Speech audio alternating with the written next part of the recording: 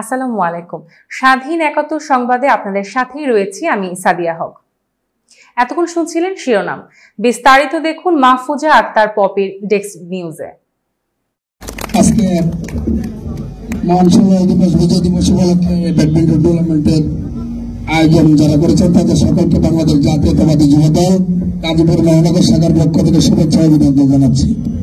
আমাদের মাঝে উপস্থিত আছেন বাংলাদেশ জাতীয়তাবাদী ছাত্রদল গাজীপুর মহানগর শাখার বিপ্লবী সাধারণ সম্পাদক মাহমুদুল হাসান মিলন, টঙ্গী পশ্চিম থানা স্বেচ্ছাসেবক দলের বিপ্লবী আহ্বায়ক জনাব আবু বকর সিদ্দিক, বিপ্লবী সদস্য সচিব জনাব রাতে ভুইয়া, যুবদল নেতা রাজন, স্বেচ্ছাসেবক দলের নেতৃবৃন্দ, আমাদের স্বেচ্ছাসেবক পূর্বের রমজান আলী বাবু আমন্ত্রিত সকলেই, এবং আজকে যারা বিশেষ করে আব্দুর রাব, রাজীব, সাজু, শান্ত যারা এই খেলাটিকে আপনাদেরকে 16 ডিসেম্বর হতে যাতে একসাথে একটু সময় ব্যয় করতে পারেন, কারণ 5ই আগস্টের আগে এই ধরনের অনুষ্ঠান আপনারা করবে চিন্তাই করতে পারবেন না।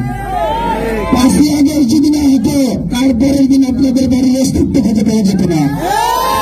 আমরা কোন অন্যায় করি নাই, আমাদের বাড়ি করেছে, আমাদের উপর নির্যাতন হয়েছে, অত্যাচার হয়েছে, কিন্তু আমরা বিশ্বাস হয়ে যাই নাই।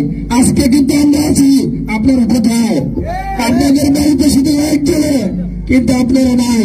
আমরা দোয়া করি আপনাদের অন্যায়ের জন্য আল্লাহর কাছে মাফ চান, যদি আল্লাহ মাফ করে দেয় তাহলে জনগণ মাফ করে দেবে।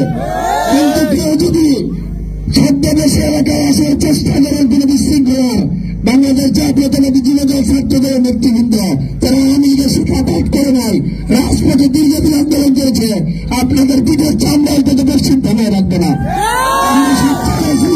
আওয়ামী লীগের শিক্ষাপাঠ করে নাই, বিএনপির আন্দোলন সংগ্রামে রাজপথে ছিলাম, যারা ছিল তাদের সাথে নিয়ে আমরা থাকবো। আপনাদের রাজনীতি জাতীয়তাবাদী যুবদল ছাত্রদল স্বেচ্ছাসেবক দল করে না, রাজপথে ছিলাম, রাজপথে আছি, আপনাদেরকে নিয়ে এলাকায় সুন্দর একটি পরিবেশ সৃষ্টি করে আগামী দিনে এগিয়ে যাবে। এই বলে সকলকে ধন্যবাদ জানিয়ে আমি আমার বক্তব্য শেষ করতে বাংলাদেশ ধন্যবাদ, জাতীয়তাবাদী যুবদল সকলকে ধন্যবাদ।